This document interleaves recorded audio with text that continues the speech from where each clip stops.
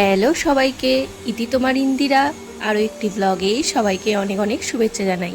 আশা করি সবাই খুব ভালো আছো, আমিও ভালোই আছি। তাই নিয়ে চলে এলাম আবারও তোমাদের সাথে নতুন একটা ব্লগ নিয়ে। তো আজকে তোমাদের সাথে একটা রান্নার রেসিপি শেয়ার করব। তো প্রথমেই দেখলে আমি বাদাম আর পোস্ত আর শুকনো লঙ্কা খুব ভালো করে ড্রাই রোস্ট করে নিলাম। তোমরা চাইলে কাজু বাদাম মগজও অ্যাড করতে পারো। তো তারপরে কিছু গুঁড়ো মশলা আমি একটু সর্ষের তেলে দিলাম, একটু লঙ্কা গুঁড়ো, হলুদ, জিরে গুঁড়ো, ধনে গুঁড়ো, খুব ভালো করে সেটাকে মিক্সড করে নেওয়ার পর একটু বাটার দিয়ে দিলাম। খুব ভালো মতো করে সেটাকে আরও ভালো করে মিক্সড করে নিলাম। এই রকম থিকনেসটা আসবে। তো এইটা করলে না খুব সুন্দর একটা কালার আসে, আর খুব ভালো চিকেনগুলো ফ্রাই করলে খেতেও হয়। তো যাই হোক, তারপর দেখতেই পেলে আমার বাদাম আর পোস্ত আর শুকনো লঙ্কাটা ড্রাই রোস্ট হয়ে গেছে। এরপর মিক্সি জারে আমি একটু জল দিয়ে ওটাকে রেখে দিলাম। এরপরে আমি এখানে 1 কিলো মতো চিকেন নিয়ে নিয়েছি। এই চিকেনটা আমি একটু নুন আর দই দিয়ে মাখিয়ে রেখেছিলাম ওভারনাইট। এরপরে আদা বাটা, রসুন বাটা আর পেঁয়াজ বাটা, মানে পেঁয়াজটা গ্রিট করে দিলাম। খুব সুন্দর করে গ্রিট করে সমস্তটা ভালো করে মাখিয়ে নিলাম। এরপরে চলো আবারও ফ্রাই প্যান বসিয়ে দিলাম। ফ্রাই প্যানের মধ্যে সামান্য সাদা তেল দিলাম। সাদা তেল দিয়ে গোটা ফ্রাই প্যানটা একটু ঘুরিয়ে নিলাম, বেশি তেল লাগবে না। তো এরপরে ফোড়নে দিলাম কারি পাতা। কারি পাতাগুলো খুব ভালো মতো করে ভিজিয়ে শুকিয়ে আমি এর মধ্যে দিয়ে দিলাম। এরপরে ওটা গন্ধ ছেড়ে গেলে যে চিকেনের জন্য আমি একটা ব্যাটার তৈরি করেছিলাম, দেখতেই পেলে তোমরা, সেই ব্যাটারটা দিয়ে আমি চিকেনগুলোকে খুব ভালো মতো করে মাখিয়ে একটা একটা করে ভেজে নেব। কিছুক্ষণ ঢাকা দিয়ে ভাজলাম যাতে সেদ্ধটাও হয়ে যায়। আর তার সাথে দেখো জল ছেড়ে গেছে, যেহেতু দই আর নুন মাখানো ছিল ওই জন্য জল ছেড়ে গেছে। তোমরা চাইলে বা পারলে চিকেনটাকে এমনি রেখে দিও, নুন দই দিও না, তাহলে জলটা এরমভাবে বেরিয়ে আসে। যাই হোক, ভালো হলো। একদিকে আমার চিকেনগুলো খুব ভালো মতো ঢেকে সেদ্ধও করে নিলাম। তো তারপরে একটু হাই ফ্লেম করে খুব ভালো মতো করে জলটাকে শুকিয়ে ভেজে নিলাম। তো এরপর সমস্ত একটা একটা করে তুলে নিলাম। তারপর আবার সেকেন্ড টাইম আমি চিকেনগুলো ভেজে নিলাম। তো চলো এখন যে পোস্ত আর বাদামটা আমি ড্রাই রোস্ট করেছিলাম সেটাকে মিক্সিতে রেখে দিয়েছিলাম, তোমাদেরকে দেখালাম, বেটে নিলাম খুব ভালো মতো। এরপরে কিছুটা পেঁয়াজ আমি বেটে নিলাম আর কিছুটা পেঁয়াজ আমি কুচিয়ে নিয়েছি। তো এখন আমি ওই যে চিকেনগুলো ভেজেছিলাম, দেখো কতটা তেল বেরিয়ে এসছে। তো আর তেল লাগবে না, ওর মধ্যেই গোটা গরম মশলা দিয়ে দিলাম, এলাচ, লবঙ্গ, দারচিনি। তো দিয়ে এরপরে আমি যে পেঁয়াজটা কুচিয়ে রেখেছিলাম সেই পেঁয়াজটা দিয়ে দিলাম। খুব ভালো করে পেঁয়াজটাকে একদম ভেজে নেবে। পেঁয়াজটা ভাজা হয়ে গেলে 1 চামচ মতো রসুন বাটা আর আদা বাটা দিয়ে আরও ভালো করে পেঁয়াজটা আর রসুন বাটা, আদা বাটাগুলো ভেজে নেবে। ভেজে নিয়ে এরপর যে পেঁয়াজটা আমি বেটে রেখেছিলাম সেই পেঁয়াজ বাটাটা আমি দিয়ে দিলাম। এরপরে খুব ভালো করে পেঁয়াজটাও ভেজে নিতে হবে। তো কিছুক্ষণ ভেজে নেওয়ার পর দেখো খুব সুন্দর করে ভাজা হয়ে গেছে। তো লাল লাল করে ভেজে নেওয়ার পর আমি এখানে দিয়ে দিলাম পোস্ত বাটাটা।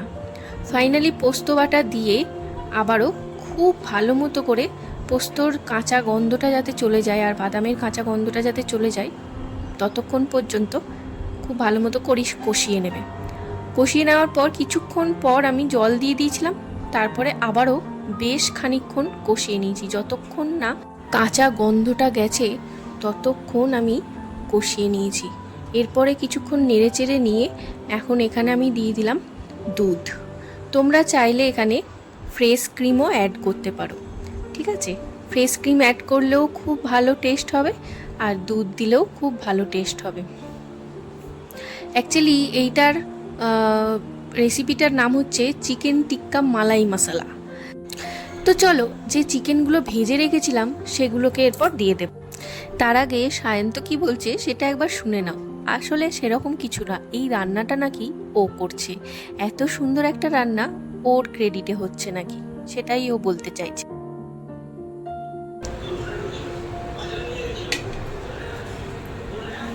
কি? হুম দেখাও। রান্না পারো তুমি করতে? কি বলবো, সকাল থেকে খেটে এত কিছু করলাম। তাই? তাহলে বলছো তুমি রান্নাটা ভালো পারো? দেখো, এটাই তো তার প্রমাণ। তাই? এটা দেখো। তাই তুমি করেছো এটা? তুমি করেছো? এটাও তুমি করেছো? তো কে করবে? হ্যাঁ, সকাল থেকে খেটে কে করবে? ক্যামেরা বলে এখন নিজে খেয়ে দেখতে যাচ্ছে।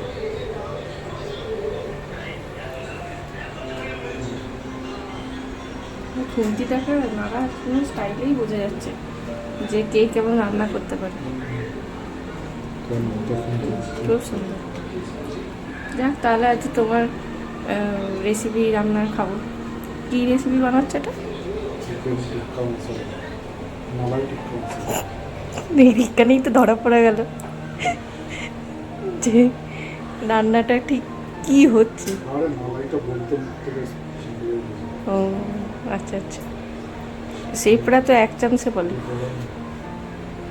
আসলে এই রান্নাটা আমি সকাল থেকেই, মানে একটু বেলা থেকে মামুনি রান্না টান্না হয়ে যাওয়ার পর আমি এটা শুরু করি। রাতের জন্য আর কি রান্নাটা করা হচ্ছে, তো ওই কারণে ও আর কি বলছিল, আর এসে আমাকে আর কি একটু ভিডিও করতে বললো যে ও রান্নাটা করছে সেটা দেখানোর জন্য। যাই হোক, চলো, তো তোমাদের সাথে কথা বলতে বলতে এই আসল কাজটাই বলতে ভুলে গেলাম। তো প্রথমে দেখলে দিয়ে দিলাম ওটার মধ্যে একটু কসৌরি মেথি আর একটু বাটার, একটু নুন স্বাদ মতো, আর অবশ্যই বিরিয়ানি মশলা একটু সামান্য দেবে।